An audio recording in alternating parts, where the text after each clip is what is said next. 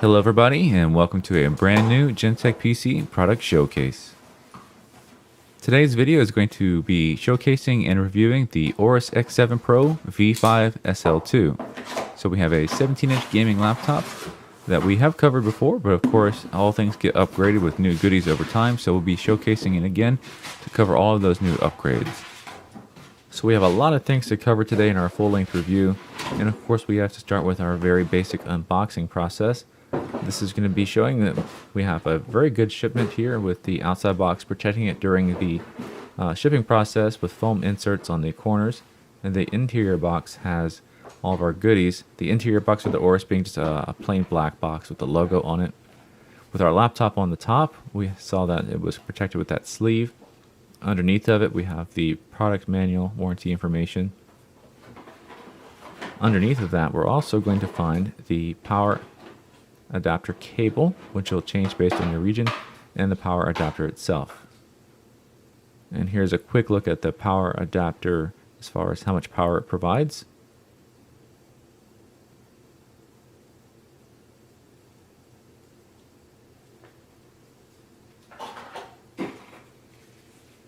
And we get one little extra goodie from Aorus here with the X7, and that's a small sized USB flash drive.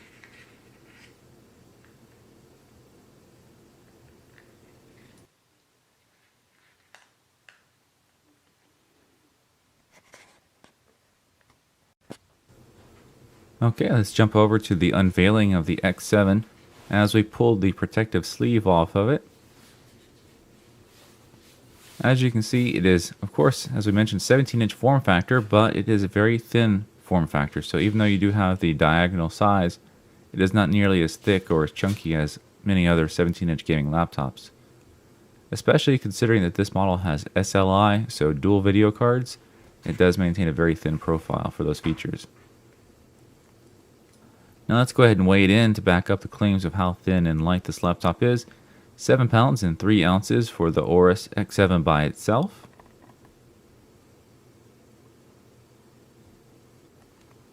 And if you're doing the full loadout with the power adapter included, you're at 9 pounds and 3 ounces.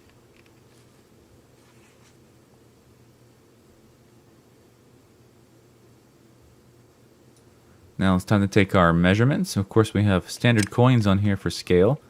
You can see the rear is standing a little bit higher than a quarter, while the front is a little bit less, so you do have a slight wedge. And the tape measure is there to give you the full accurate details of how big it is.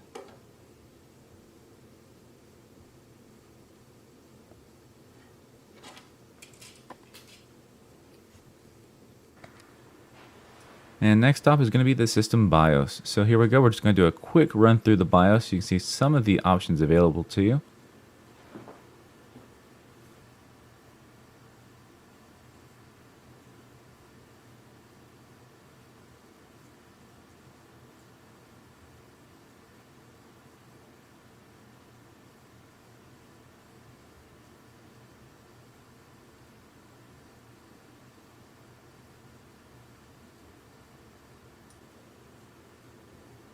For the RAM slots, you can see that we have 2 slots taken with 8 gigabytes in each, so 16 gigabytes of RAM out the door, and you can upgrade it all the way up to 64 gigabytes if you load all 4 slots.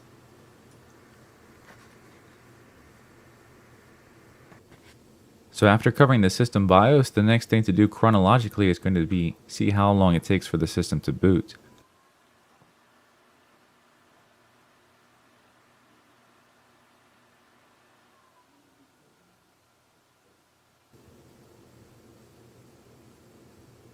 And we're showing 14 seconds even for a full boot cycle.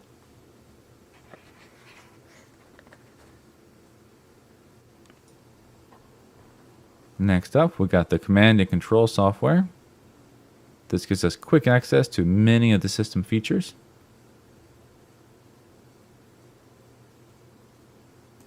Fan control, Wi-Fi, brightness, volume.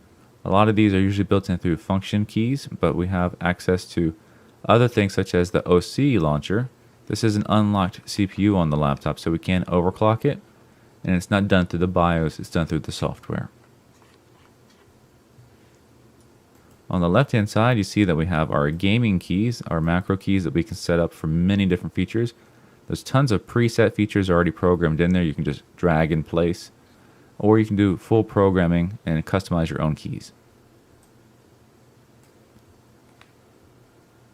If you launch the audio software from the Command and Control Center, you'll see that you have lots of options in here as well. From standard volume control all the way through to custom EQ settings that are tailored to different modes, whether it be movies, music, or games. And of course, you can go in there and do your own custom EQ and get full control over those sounds. Now, time to go into the device manager, get the nitty-gritty on all of our hardware. Moving into display adapters, you'll see GTX 970 mobile, 2 of those listed. They're running an SLI.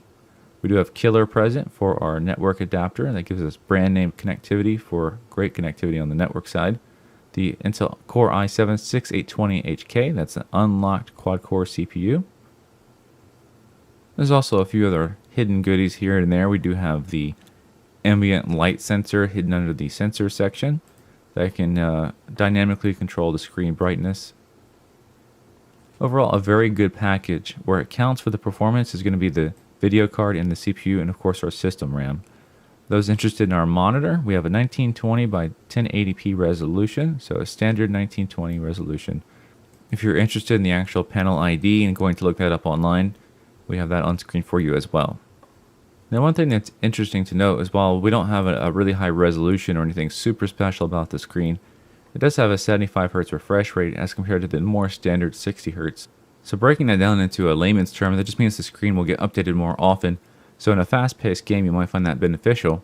But even more so, the important feature is that it does have the NVIDIA G-Sync technology capacity built right in. And once you turn that on, then you'll get rid of all of your tearing and get the best screen updates directly from the GPU through a direct synchronization rate. With the initial tour of the inside of the system done, it's time to move to the outside now. We'll take a look around everything as far as what you're going to touch, what you're going to interface with, all the connectivity options available. As you can see, we'll start here in the front. We have one large touchpad with left and right clicks built into it, a full-size chiclet keyboard with backlighting. As we saw earlier when we talked about our macro keys, we do have the full set of G keys on the left-hand side.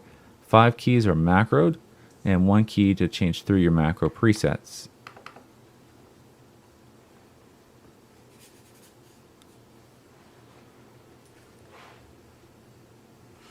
To the sides of the laptop, the front side just has our status LEDs, no interfaces there. To the right hand side, we'll see we have the SD card reader, a USB 3 port, a USB 3.1 Type-C port, HDMI output, mini display port output, and then of course we have some openings for the system cooling.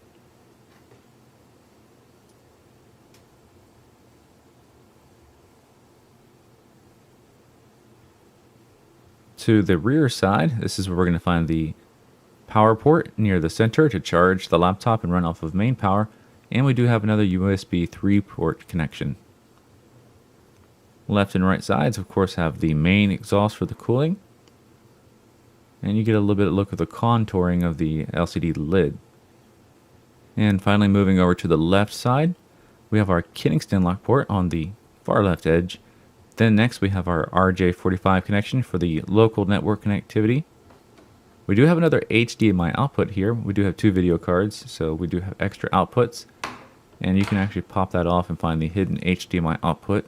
That's followed up by a standard VGA output, another USB 3 port, and 2 3.5mm audio connections, one for your headphones and one for a microphone.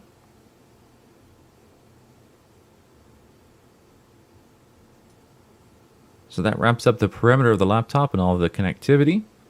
I'll go ahead and shut the lid and give you that one last spin around so you can see the full tour as far as view angles, what to expect with the laptop. And of course, next we're going to jump into our benchmarks.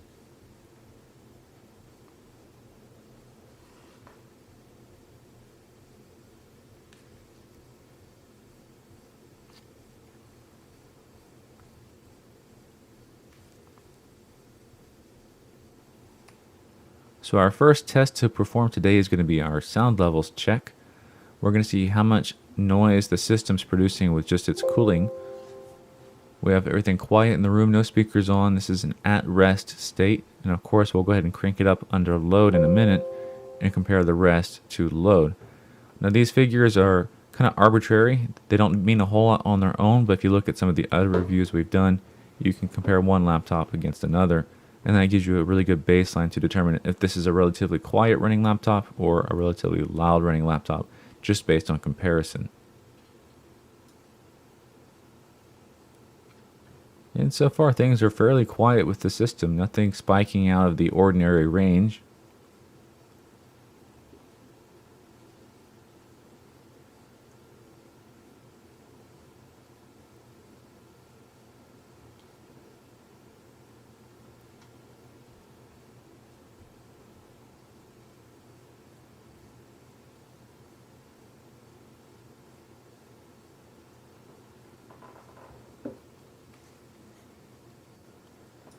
Taking a quick intermission on the noise testing, we've got the read and write speeds here on the C drive through Crystal Disk Mark. And now we're going to be starting off the important stuff, the gaming performance benchmarks. So those are currently running on the system. We can do two tests at once. We'll have the performance numbers crunching while we go back and look at those noise levels again. So you can see that we went from the mid-20s now closer to the 60 mark for the noise levels. It has gone up accordingly based on having the system under load.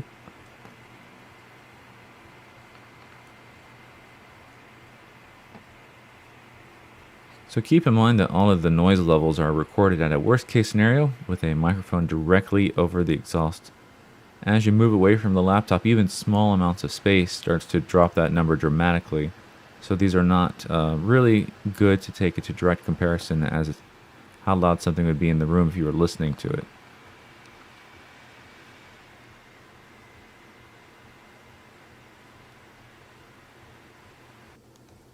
And our first benchmark for the gaming performance has concluded.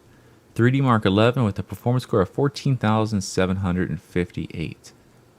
Down below, the GPU-Z information on the GTX 970 mobile.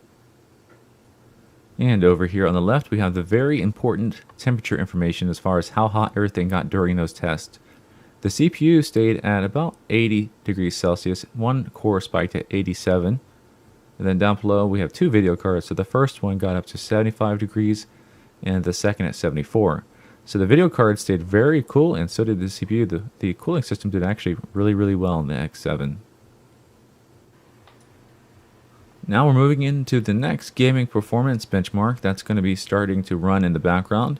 And while that's running, we're taking some external temperature readings as well. So with the external readings, what you're looking for is to see heat come from the system, usually through the keyboard area and of course through the exhaust.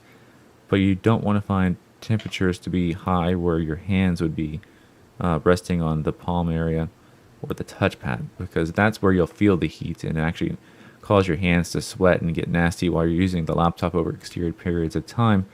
But everywhere else is a good sign, because if the heat's coming out of the laptop, that means that's why everything's running so cool inside of the system, which is exactly what we just saw on the last test results.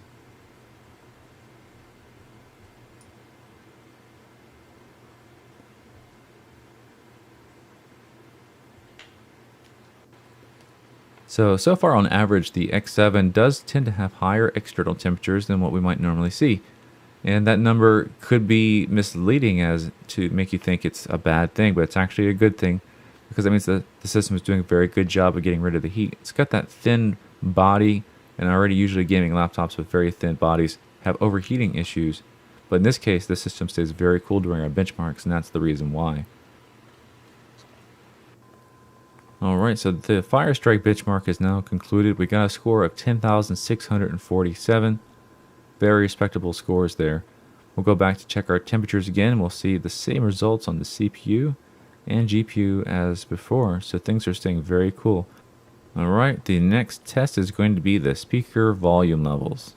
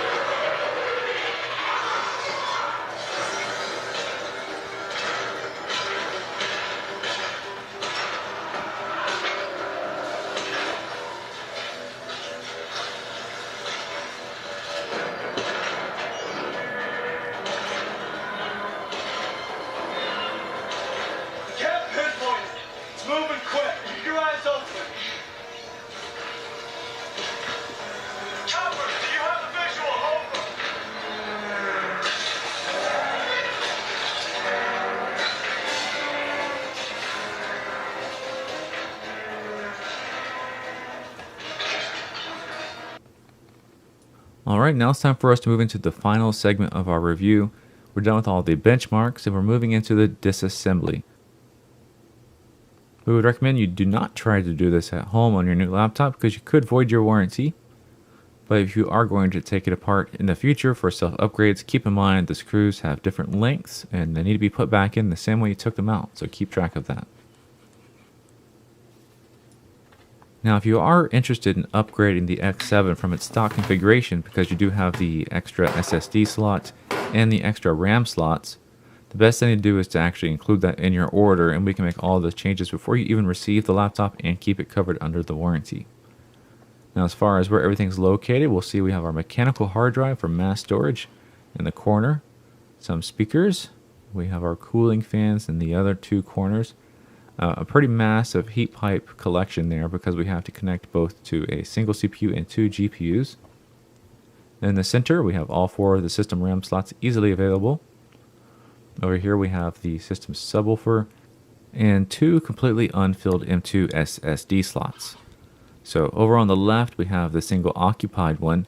That means you have quite a bit of room to upgrade. You can get two full SSDs in there, and then you could reconfigure the system for RAID 0 if you'd like, and make those disk access speeds go much higher than they are now. So the cold boot time could be cut down quite a bit, and your capacity could be increased.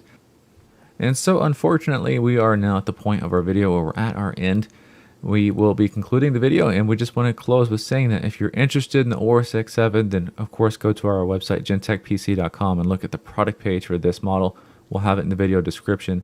There you can find the full system specs and of course the current pricing and availability. Now, if you have any questions that the video didn't answer for you up front, then feel free to ask them here in the video comments section. Then we can answer it for you and everybody else that might have had the same question. But if you do have some personal one-on-one questions you need help with, then feel free to contact us by phone or email. And of course, we'll be happy to get those questions answered for you. So once again, we just want to remind you that this was Gentech PC, and we'll see you next time.